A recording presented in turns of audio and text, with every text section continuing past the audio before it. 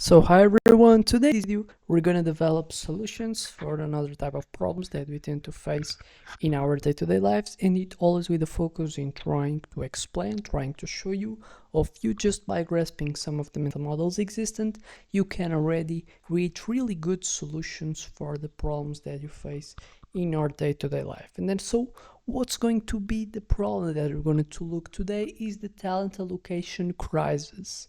And then so we're going to look for some surgical solutions, and this is obviously something that is proved is backed by some of the data repositories that were created by the big institutions that have access to this type of big data.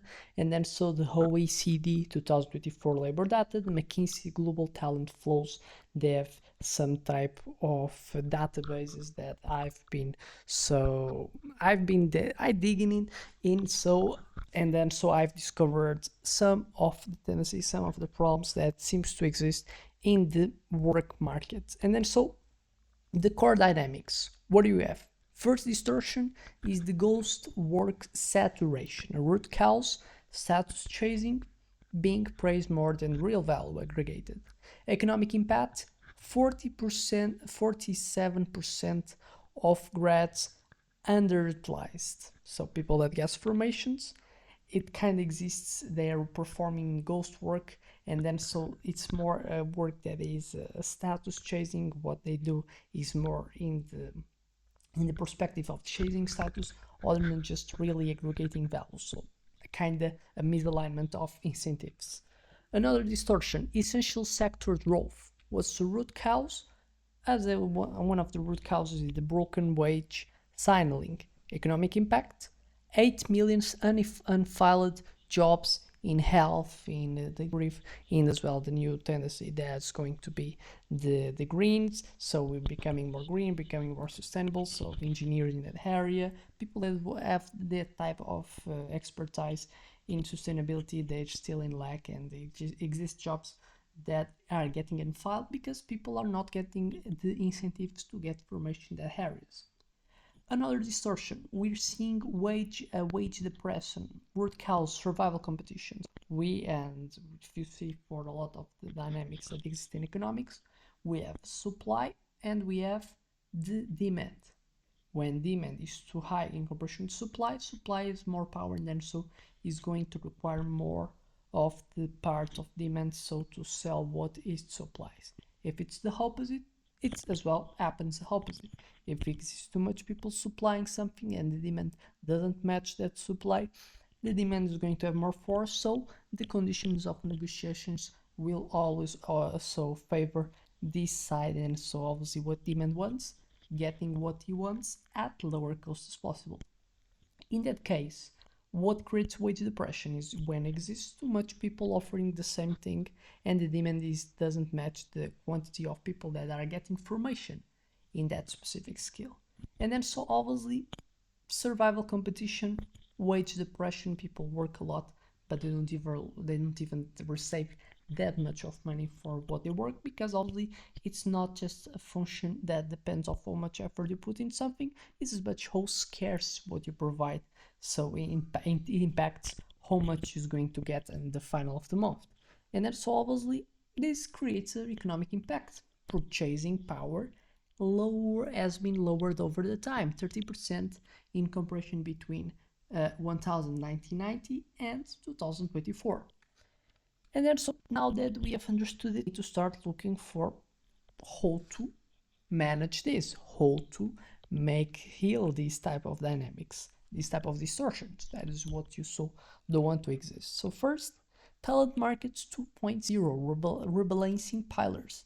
So first, intelligent market signaling mechanisms, national needs radar, artificial intelligence cross-reference jobs, vacancies, and social impact, and generates profession urgency index. Example, nurse gets a score probably of 9.2 to 10. Influencer, just like 2.1 to 10.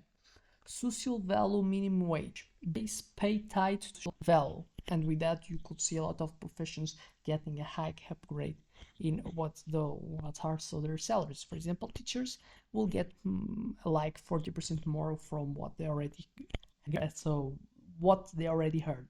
And then so as example, we have the Norway that indexed teacher salaries to GDP and has made 300% more applicants so for the job of teacher. So could be a way to do it. Another one, kinetic reskilling ecosystem. So it's the thing that you have to look here. Skill passports, blockchain tracked credit systems. One course equals to one skill token. Transition auto bans. 90-day reskilling bootcamps with artificial intelligence mentors. Example, bank teller, solar technician in 14 weeks. Example, Singapore, 92% career switchers complete reskilling. Another one, zombie job deactivation. What's the strategy? Professional obsolescence tax. Companies with 30% plus automated roles pay 5% payroll tax. Funds talent relocation. Recalibration leave, 6 months paid leave to shift to critical sectors, robot tax funded.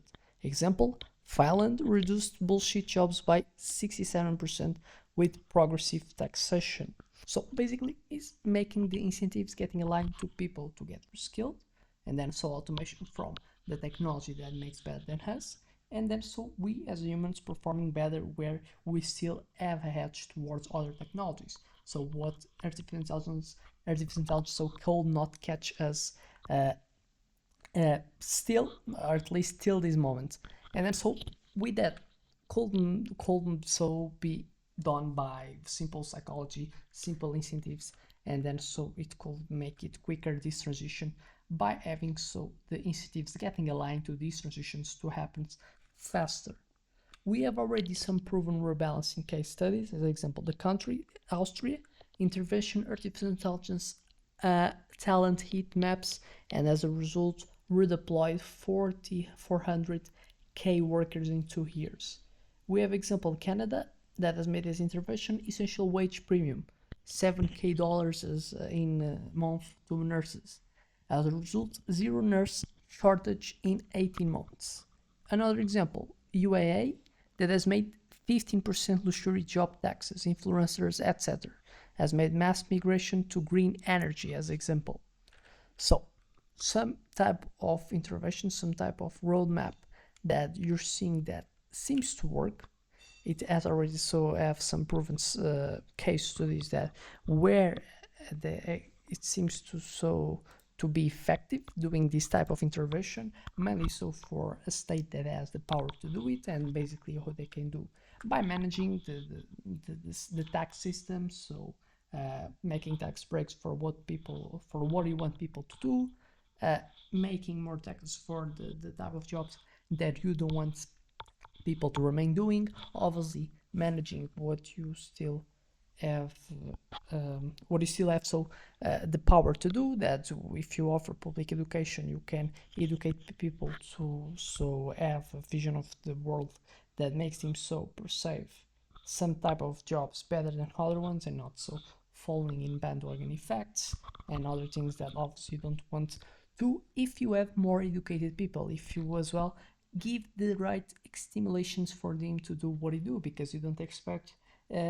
just like people to be, they're not, people are flawed, you accept it, but you as someone that has this power as a government, you have to get the ability to manhandle, to influence the society, because certain times people acting in their own perspective, the reality is that everyone acting in the same way doesn't gonna go to contribute for the total type of happiness, and by not contributing for the total happiness of the system, so neither always we're gonna get the best type of benefit as a society if each individually going to act to so by understanding what is just better for me and not for the society. And so for that it requires you to reframe, and then so it requires you to educate, but the easiest step in the present moment is always working with incentives for next generations. Now then you focus more in education, that